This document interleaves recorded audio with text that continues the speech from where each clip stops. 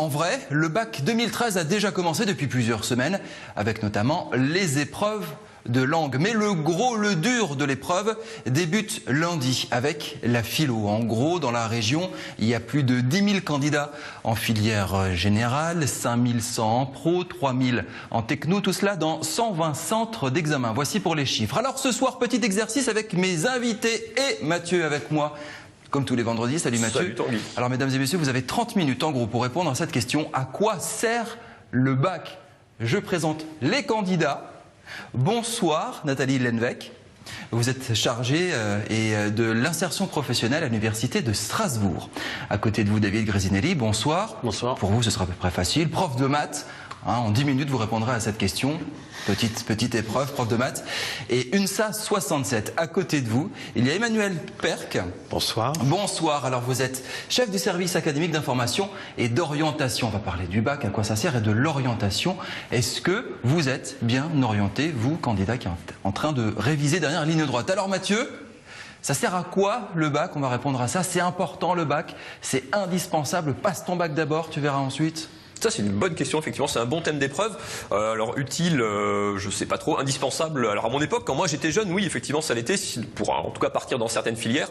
Bon, après, ça pouvait mal tourner. Vous voyez, quelques années après, on se retrouve en plateau avec Tanguy Flores. C'est le bac. C'est un diplôme. C'est pas une assurance tout risque non plus. Désolé. Non. Ce qui est sûr, c'est qu'à mon époque, c'était une vraie étape, quelque chose, un passage déjà vers l'âge adulte, vers l'avenir même quasiment. Enfin, vers l'avenir.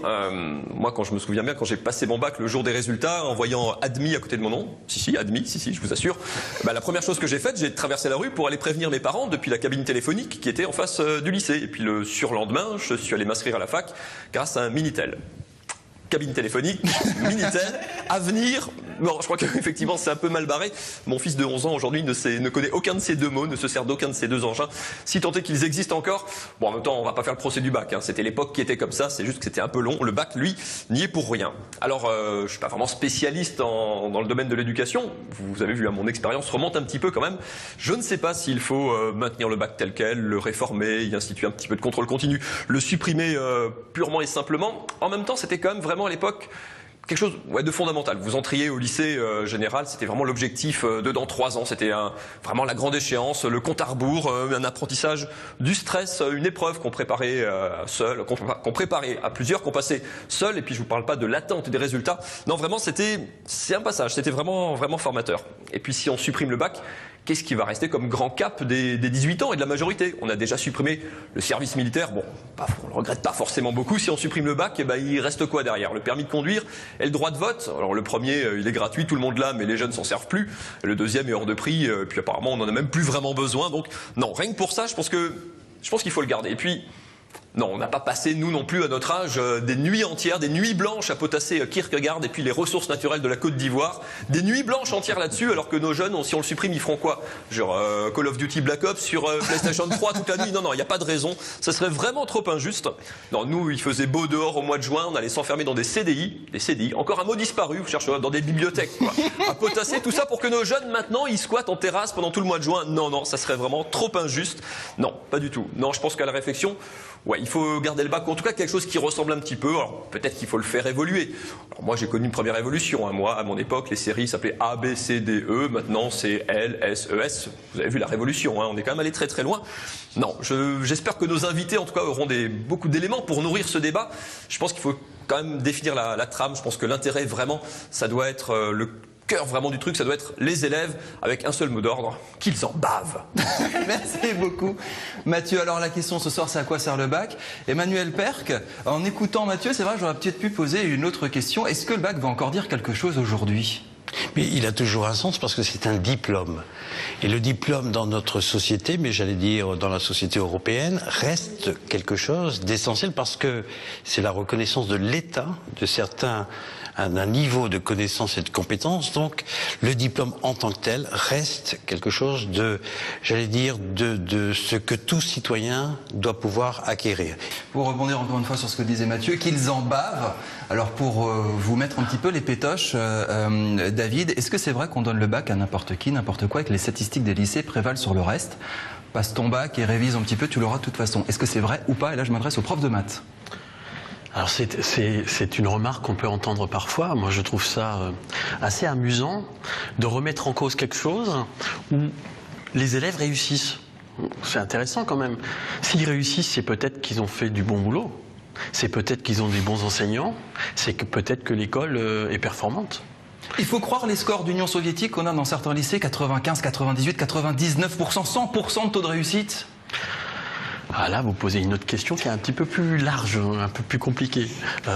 La question, c'est que veut dire le bac aujourd'hui? C'est-à-dire, il faut l'avoir, il faut avoir un diplôme de fin de secondaire, oui, mais pourquoi faire et que représente-t-il? Oui. Alors là, je crois qu'on a une demi-heure pour en débattre. C'est ça, on attaque le cœur du sujet. Et Nathalie, on va attaquer avec vous. Qu'est-ce qu'on peut faire avec le bac? Vous représentez l'université de Strasbourg. En France, on aime bien faire de longues études. En Allemagne, c'est un petit peu différent. En Alsace, c'est comment? En Allemagne, on fait aussi des longues études. Oui, mais on privilégie peut-être des cursus un petit peu plus court, beaucoup plus d'apprentissage. Ici, on est très fort en apprentissage. Tout à fait. Il y a une spécificité régionale? L'université de Strasbourg est une université extrêmement riche, en cursus court et en cursus long. Et en l'occurrence, si vous parlez des modalités d'enseignement, l'apprentissage en est une qui se développe également à l'université actuellement. Et je rappelle que le baccalauréat est le premier grade universitaire également. Donc, une démarche indispensable, enfin une étape indispensable pour rentrer effectivement à l'université. Allez, on commence, le bac c'est indispensable, ça y est, le mot est lâché, on continue. En préparant cette émission, j'ai appris avec vous, Emmanuel, que dans la région, les filières universitaires, les Alsaciens, en gros, ils n'aiment pas faire des études très très longues. C'est ça, il y avait une particularité par rapport à d'autres régions françaises. Premièrement, il faut peut-être un peu corriger l'image. L'apprentissage ne s'oppose pas au baccalauréat, puisqu'on peut préparer un baccalauréat professionnel par la voie de l'apprentissage. L'apprentissage, c'est une façon, c'est une modalité. Cela dit, c'est vrai que la tradition alsacienne a été, pendant des décennies, de favoriser l'accès direct à la profession, à l'emploi, sans le baccalauréat. Donc nous avons dû essayer de rehausser le niveau avec deux façons. Évidemment, davantage de bacheliers généraux et technologiques, mais surtout, c'est le succès du baccalauréat professionnel. La réussite des élèves au bac pro, c'est en même temps leur garantir une meilleure chance d'insertion. Je sais que la crise étant là, l'emploi ne se multiplie pas comme on le souhaiterait, mais c'est quand même une qualification. Donc, en Alsace, pour tout dire, puisque vous parliez des 99% de réussite, si on regarde bien les choses, nous avons sur une génération donnée 72% des jeunes qui arrivent au baccalauréat, qu'il soit général, technologique. Donc, il faut relativiser les choses à ce niveau-là. Mathieu ? Est-ce que le regard, enfin les échos que vous avez, est-ce que le regard du coup sur le bac a changé un petit peu? Alors moi je suis de la génération où grosso modo il fallait du collège aller en seconde générale et puis aller le bac, c'était vraiment le cursus très classique. On essaye c'est vrai maintenant de réorienter parfois les jeunes avant aussi vers des filières effectivement d'apprentissage ou plus qualifiantes ou pour leur commencer de rentrer dans la vie active un peu plus tôt. Est-ce que le regard sur le bac il a changé? C'est plus complètement indispensable pour aller à la fac si, mais pour aller dans la vie active plus nécessairement ce regard-là a un peu changé. Alors le regard n'a pas tellement changé, hein, puisque les jeunes aujourd'hui sont bien conscients qu'avec le bac, à part la filière professionnelle, il suffira pas. Ils ont plutôt tendance à dire mais à quoi ça va me servir d'avoir le bac? C'est plutôt ça la question, la remarque qui est la plus fréquente. À quoi ça va servir? On arrive au cœur. Hein, ça va servir justement dans la plupart des cas à poursuivre les études. À aller plus loin que juste un niveau bac, sauf dans la voie professionnelle, qui aura pour grande partie mission d'aller dans une insertion professionnelle, on va dire. Mais là, je reviens déjà, j'interviens sur une petite remarque qui a été faite, hein, où je ferai une petite nuance. La voie professionnelle, c'est des lycées professionnels et c'est de l'apprentissage qui sont parfois mixés. L'apprentissage pose un souci, c'est qu'en période de crise comme actuellement, eh ben, on ne retrouve pas obligatoirement les patrons pour former les jeunes. Or, les jeunes, ils ont besoin d'être formés. Donc, ça pose déjà un problème de cursus. Et pourtant, ici, sur le plateau de Patrick Cathodique, on a vu défiler beaucoup de patrons qui ont dit « Je ne trouve pas de jeunes assez formés pour mon entreprise ». Oui, mais Et alors là, qui c'est qui a tort, qui c'est qui a raison? Nathalie? Ça dépend des secteurs. Ça dépend très clairement des secteurs professionnels. Donc il y en a qui sont très clairement en recherche et on a des formations, en ce qui me concerne dans le supérieur, où ça marche très bien l'apprentissage. Donc et qui sont justement demandeurs de développement de formation en apprentissage. Mais donc effectivement là, il faut clairement le bac puisqu'il faut accéder à l'université. Donc l'université propose des formations en apprentissage au niveau licence professionnelle ou au niveau master également. L'une des critiques qu'on fait souvent au monde de l'éducation, et vous allez pouvoir répondre, vous l'avez effleuré tout à l'heure, est-ce que vous êtes en adéquation parfaite avec les attentes du milieu professionnel en dehors des lycées, facs, etc. C'est une question qui revient effectivement continuellement, non seulement de la part des médias, mais aussi de la part des familles. Autrement dit, on peut se mettre à la place des parents qui disent mais si mon fils va dans telle filière, est-ce qu'il y aura des débouchés? Bon. Ça, c'est le premier point. Donc, il y a une vraie interrogation, alors que la réponse à l'heure actuelle, c'est de dire non, il ne faut pas qu'il y ait trop d'adéquation entre un diplôme et un emploi. Pourquoi? Parce que, on le voit bien actuellement, l'emploi change énormément. Nous avons ce qu'on appelle des constances. Dans l'industrie, effectivement, on recherche toujours, depuis 10 ans, des soudeurs. On recherche des charpentiers métalliques. Bon, cela dit, l'ensemble des branches professionnelles ne sont pas eux-mêmes capables de dire, mais c'est pas un reproche qu'on leur fait, quel va être l'emploi d'ici 3 ans, 4 ans. Regardez ce qui se passe. Un élève qui sort de 3e, il prend en général 3 ans à 4 ans au minimum, première étape, pour... On ne peut pas prévoir quel sera l'emploi d'ici 3 ans. L'idéal, bien sûr, n'est pas de ce monde. Ce qu'on essaie de faire, c'est d'ajuster, d'aménager les formations que nous menons dans les lycées et à l'université pour qu'elles soient la plus, comment dire, pour faire en sorte que les jeunes qui vont sortir soient les plus, non pas adaptables, mais qui puissent s'adapter, eux, à une problématique. Ce sont donc des problématiques de compétences. Les employeurs nous disent... quel que soit votre numéro de bac, votre numéro de BTS ou de DUT, etc., ce qui nous importe, c'est quelles compétences le jeune a acquis chez vous, à l'école, et même à l'extérieur. Et je rebondis sur la première question. En fait, le lycée, actuellement, il ne prépare plus au bac. Depuis quelque temps, il ne prépare plus au bac. Pourquoi? Parce que, comme on vient de le dire, bac général, bac technologique, de toute façon, il faut continuer des études. Ça veut dire que le lycée prépare au post-bac. David Grisinelli, une réaction? Est-ce que vous entendez, le lycée ne prépare plus au bac, mais au post-bac? En tant que prof. J'ai un peu de mal. J'ai un peu de mal. Non, je crois pas. Je crois vraiment pas. Je crois que la scolarité, c'est une continuité éducative qui démarre à la maternelle, et on espère de plus en plus à la maternelle, qui continue à l'école primaire, au collège et au lycée. Et je crois justement qu'il faut qu'on ait de plus en plus cette continuité, cette prise en compte de l'élève et de son parcours individuel dans une structure, dans un groupe. Et l'étape finale du secondaire qu'est le lycée doit intégrer, doit mieux prendre en compte le parcours précédent du collège et de l'école primaire. Là où je rebondirais fortement, c'est la compétence. C'est-à-dire qu'on se rend compte qu'aujourd'hui, quand on veut faire de l'orientation, on prend quoi comme repère? On prend les notes d'un élève. Et les notes d'un élève ne parlent pas de compétences. Elles parlent d'une note, d'un degré qu'on évalue en fonction de quels critères. Donc il y a une vraie lacune là-dessus, selon vous? Ah oui, il y a un travail de fond là-dessus. On pense que, alors le travail a commencé à l'école primaire, c'est une réalité, c'est un fait.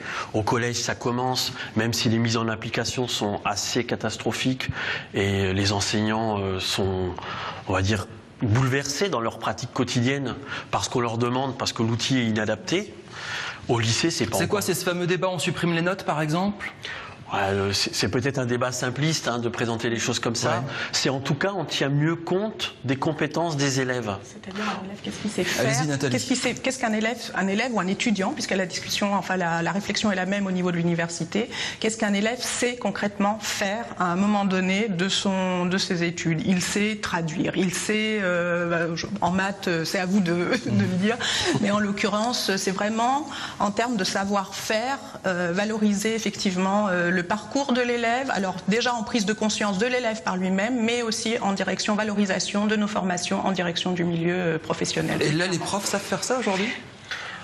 Alors les profs savent faire ça, et je crois qu'ils ont besoin encore qu'on les accompagne beaucoup là-dessus, mais l'institution ne sait pas faire ça. C'est-à-dire manque de moyens.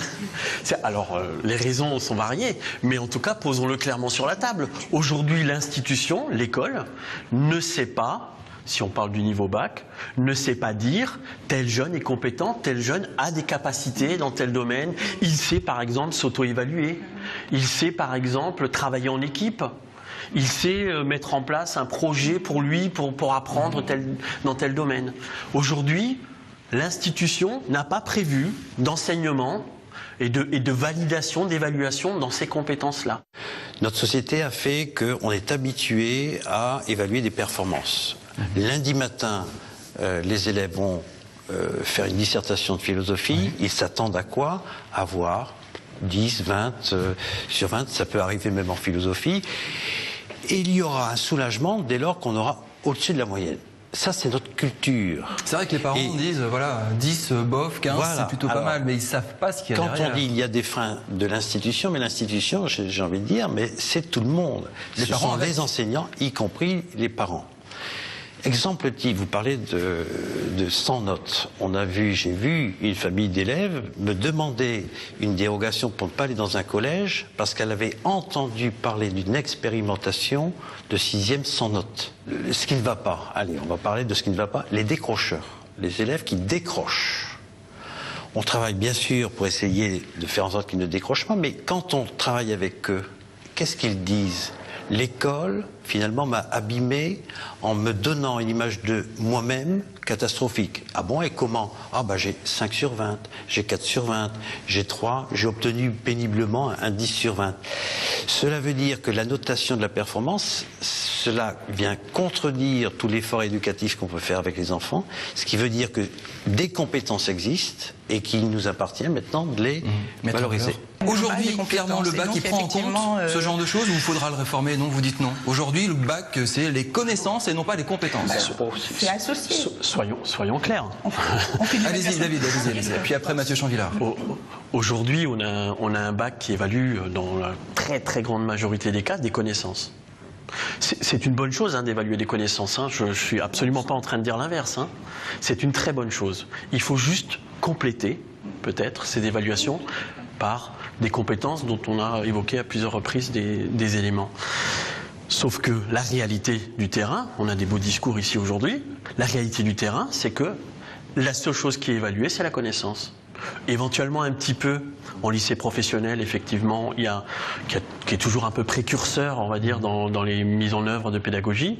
Il y a un peu de compétences. Mais si on regarde un élève de lycée, l'élève de lycée et les parents, quand l'élève rentre au lycée, son objectif, c'est d'avoir un maximum de connaissances pour avoir les meilleures notes, pour pouvoir accéder... La performance, comme on expliquait tout à l'heure. Pour pouvoir accéder aux classes supérieures, à la meilleure fac, à la meilleure école supérieure, mais école de commerce, etc., la prépa. Et c'est là le problème de fond. Moi, je veux bien entendre ce qu'on me dit, que la compétence, c'est l'avenir, mais alors que ce soit le présent. C'est-à-dire que j'invite volontiers la fac et les rectorats à mettre en œuvre des pratiques quotidiennes, à mettre en œuvre des évaluations qui permettent de prendre en compte la réalité de ce qu'est un élève aujourd'hui et à donner les moyens aux enseignants de travailler, de pouvoir avoir le temps, l'organisation, les classes pour évaluer ces compétences. Mathieu. Est-ce que les élèves et les familles aussi, du coup, ont les moyens aujourd'hui d'être correctement informés? Alors vous allez peut-être me dire oui. Est-ce qu'ils les utilisent en tout cas? Est-ce que sur l'orientation, est-ce que sur les choix d'orientation, est-ce que sur les cursus, est-ce que sur les filières, sur celles qui marchent pas, celles qui sont bouchées, celles qui le sont moins? Les outils, j'imagine, notamment maintenant avec Internet, plein de choses existent. On a fermé aussi à Strasbourg un centre d'information et d'orientation. C'était à côté de chez moi. Mais est-ce que si les outils, j'imagine, existent, en tout cas, est-ce que les familles s'en servent ou est-ce qu'il y en a qui se laissent toujours un petit peu porter par le cursus général, qui se retrouvent un beau jour bachelier et puis ah mince, qu'est-ce que je fais maintenant? Je vais en fac et puis on a vu que les taux d'échec sont importants. Non, mais votre question est très très importante. Très simplement, ce n'est pas l'information qui manque. C'est-à-dire qu'on a maintenant une masse d'informations, à la fois sur les descriptifs de formation, sur les débouchés, sur tout. La question n'est plus tellement l'accès à l'information, mais plutôt sur la maîtrise de l'information. Lorsque je disais que le lycée devait préparer au post-bac, ça veut dire quoi? Ça veut dire que l'élève de première doit commencer à découvrir, s'informer, aller voir ce qui se passe à l'université, aller voir ce qui se passe dans un IUT, dans une classe préparatoire, peu importe. Et pour cela, il faut que nous, dans notre système de formation, voire d'éducation, cette dimension accès à l'information fasse partie des priorités. On parle de l'orientation, vous parlez d'information, maîtrise de l'information. Est-ce que aussi les conseillers d'orientation ne peuvent pas tout simplement dire non, vous n'avez ni les capacités ni les connaissances? Je vais m'adresser à vous, Nathalie. Quand je regarde le taux de réussite en première année à la fac de Strasbourg, on a étudié ça tout à l'heure avec Mathieu, il y a des chiffres qui sont assez effarants quand même. Alors on a des lycées qui sortent avec 95% de taux de réussite, on est tout à fait d'accord, c'est irréfutable. Et on parle des taux de réussite en première année à la fac. Alors vous avez tous les chiffres sur Internet, je ne vais pas vous les livrer. Mais par exemple, licence de géographie, on a à peu près 50% qui réussissent le passage en deuxième année, ça c'est plutôt pas mal. En histoire et archéologie, ça descend à 37%. En licence de psycho, c'est 29%. Et en physique, on est à 57%. Et en sociaux, on a regardé, il y a quasiment la moitié qui sort, l'autre qui est en redoublement, l'autre qui est en réorientation. À ce moment-là, est-ce qu'il y a un problème ou pas ? Qu'est-ce qu'on appelle décrochage, qu'est-ce qu'on appelle échec. Donc effectivement, dans les résultats que vous indiquez, qui sont valables de toute façon au niveau national, hein, pour bien nombre des filières ou même de l'université, dans ces chiffres, vous avez à la fois des étudiants qui ne sont jamais venus à l'université, qui ont un statut, donc une carte d'étudiant, et donc on a pour partie jamais vu en cours. On a des étudiants qui effectivement se réorientent au cours de l'année et qui ne préviennent pas le statisticien, la faculté, etc. de son réorientation. Dans ces cas-là, ce n'est pas un échec. Et bien entendu que nous avons aussi des étudiants, et c'est là où on a tout un travail à faire, qui ont des difficultés d'orientation. Tout à fait. Parce que ça décharge, quand vous êtes bachelier, vous pouvez vous inscrire à l'université. Enfin, je ne pense pas que ça ait changé. On ne peut pas vous refuser l'accès à l'université, alors que dans toutes les autres formations, est-ce qu'on pourrait demain refuser ça? Est-ce que c'est une... Ah non, on est là pour débattre. On est là pour débattre. Est-ce que demain, on pourrait refuser l'accès à des gens qui n'ont ni les compétences ni les connaissances? C'est un réel problème auquel l'université, les deux universités d'Alsace réfléchissent, non seulement réfléchissent, mais font aussi des propositions. Nous avons un SAS qu'il faut mettre en place pendant le premier semestre de l'année universitaire pour essayer de corriger les choses avec évidemment les projets déjà. L'avis de David Grisinelli. C'est pas le même. C'est pas le même, mais quand on en voit qu'il y a quand même plus de 60%, 70% en première année, je sais pas moi, sociaux, histoire, ils sont sur le carreau, quoi. Oui, mais alors, et si on prenait le problème à l'envers? Et si on se posait la question de savoir comment ça se fait qu'il y a 60% ou 50 ou 40, on va peut-être atténuer un petit peu les chiffres en fonction de certaines réalités décrites. Comment ça se fait qu'il y a tellement d'échecs? Est-ce que finalement le lien qui existe très peu aujourd'hui entre le lycée et l'université ne doit pas être développé pour permettre à des jeunes qui sont au lycée aujourd'hui en terminale. On enverrait des lycéens en stage à la fac. Alors, en immersion. En immersion. Et on demanderait à la fac peut-être aussi, on demanderait au lycée et à la fac, tous les deux, de faire un travail qui permette de ce que je disais tout à l'heure, de lisser le parcours pour que le choc culturel lycée-fac ne soit pas si terrible et que fasse que des jeunes abandonnent. C'est ça la vraie question. C'est pas une sélection à l'entrée de la fac. Si on fait une sélection à l'entrée de la fac, qu'est-ce qu'on va réussir? On va réussir à faire comme certaines écoles privées dans le secondaire qui vont éliminer tout ce qui est pas bon et arrivent à des taux de réussite de 95-100%. C'est facile d'arriver à 95-100% de réussite. C'est facile, il n'y a pas de souci. Vous me donnez n'importe quel établissement, j'y arrive. C'est pas le débat. Le débat, c'est d'élever le niveau de qualification de tous les jeunes pour leur permettre d'aller le plus loin possible. Nathalie, une réaction? De toute façon, oui, non, mais tout à fait d'accord, mais c'est un problème qu'il faut aborder sous tous ces aspects qu'on vient d'évoquer, c'est-à-dire à la fois, bien entendu, sur l'aspect lien, articulation entre le lycée et l'université, et Monsieur Perk est bien placé pour savoir qu'on y travaille, et qu'on y travaille massivement, et que ça fait partie effectivement des grandes orientations, à la fois politiques, pratiques, très concrètes à mettre en œuvre. dans des un amphi équipes. d'histoire, ça Pas pourrait forcément 15 faire jours, rentrer dans mais la tête rentrer. en lycéen que oui ou non je peux y Et aller. des modalités, tout Et à fait, absolument. des modalités de effectivement suivre des cours réguliers au cours de l'année universitaire, au cours de l'année universitaire à des lycéens peuvent tout à fait leur donner l'impression de voilà comment ça se passe à la fac, qu'est-ce qui est attendu à la fac, est-ce que ça me plaît et est-ce que j'ai envie de faire ça, tout à fait. Sur la fac, il n'y a pas un problème de volume, on parle de pourcentage de réussite et tout. Quand vous êtes 500 en première année de sociaux, je sais pas, ou 600, 700, 800 peut-être maintenant aujourd'hui en histoire, on peut effectivement travailler sur les manières, les passerelles, etc. Quand vous avez 800 étudiants en histoire, vous savez bien que, enfin, ou en sociaux, on sait bien qu'il n'y a pas les débouchés dans la filière stricto sensu de toute façon derrière. Alors de toute façon, parmi les causes que vous aviez évoquées, la façon de prendre les notes, etc., j'ajouterais effectivement l'effet de masse en première année dans certaines filières, très clairement, l'anonymat qui en découle pour les étudiants et qui les met en Il n'y a pas les situation débouchés sociale. naturels de toute façon Mais derrière. c'est pas qu'une question de filière. débouché naturel. Le décrochage, l'échec, le fait de ne pas être bien est aussi lié à un environnement social qui est lié à l'université, effectivement, dans ce type de filière que vous évoquez. Après, il y a une question de moyens, très clairement. C'est-à-dire que si on avait aussi les moyens d'accueillir tous ces étudiants en ayant fait le travail préalable d'articulation, d'orientation, tout en pouvant les mettre dans des groupes de TD qui soient adaptés et pas effectivement en grand amphi, puisque c'est précisément en première année où ils sont dans les grands amphis pour gérer les grands effectifs, ce qui est absolument aberrant. Donc là, il y a vraiment aussi des questions qui ne dépendent pas que de notre niveau. On termine avec un petit tour de table. Voilà, vous avez en gros 10 000 candidats alsaciens en bac général à partir de lundi qui vont plancher sur la philo. Vous avez envie de leur dire quoi, Emmanuel?